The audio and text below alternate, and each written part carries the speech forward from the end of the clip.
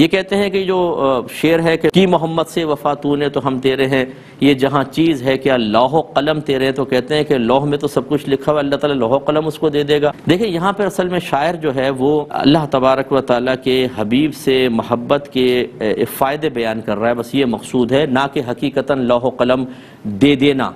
ایسا تو نہیں ہے، کوئی حدیث تو نہیں پڑھ رہے نا آپ، قرآن تو نہیں پڑھ رہے کہ اس میں یہ خبر ہو کہ لوح پھر اس آدمی کو دے دی جائے گی، قلم اس آدمی کو دے دی جائے گا، جو مرضی اس پہ لکھے، پھر تو آپ کہہ سکتے ہیں۔ یہ تو شاعر ایک اپنائیت کا اظہار کرنا چاہتا ہے کہ اگر آپ نے نبی کریم صلی اللہ علیہ وسلم سے ویسی وفا کی، ویسا پیار کیا، ویسی محبت کی جیسا تقاضائے شریعت ہے، تو پھر اللہ تبارک و تعالیٰ آپ کے درجات ایسے بلند فرمائے گا کہ کائنات کی کوئی چیز پھر آپ سے دور نہیں رہے گی۔ اللہ تعالیٰ اپنے حبیب کے صدقے میں ایسے اپنے پیاروں پر، اپنے محبوبوں پر